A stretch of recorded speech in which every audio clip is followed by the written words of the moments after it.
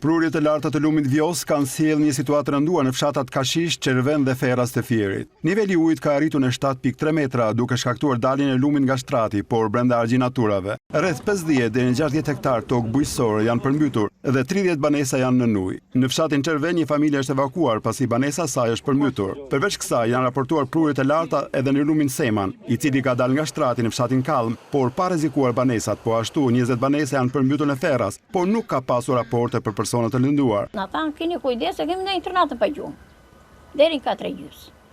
Edhe për gjatë na kanë ndihmuar shumë fare, se ma ta njëherë ne na vinte deri në tavan. Puna është marrin vetë masat,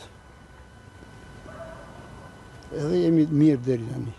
Në teren ka ndërhyrë strukturat e emergjencave civile, të cilat kanë evakuar 10 familje nga fshatat Novosel dhe Fitore, që ishin në rrezik nga prurjet e larta të lumit Vjos. Ndërkohë, situata e krijuar nga çarja e argjinaturës së lagunës së Vajinit në zonën e Talës në Lezhë vjen të jetë problematike. Strukturat e emergjencave civile të bashkisë, ekipe teknike dhe ushtria janë në teren me mjete të rënda për të frenuar depërtimin e ujit drejt zonave të banuara. Në qarkun verilindor të Kukësit, pas motit të paqëndrueshëm, kemi tani një situatë pozitive. Të gjitha akset rrugore janë funksionale, ndërsa monitorimi vazhdon nga strukturat përkatëse. Energjia elektrike është rikthyer plotësisht në të gjithë territorin e qarkut.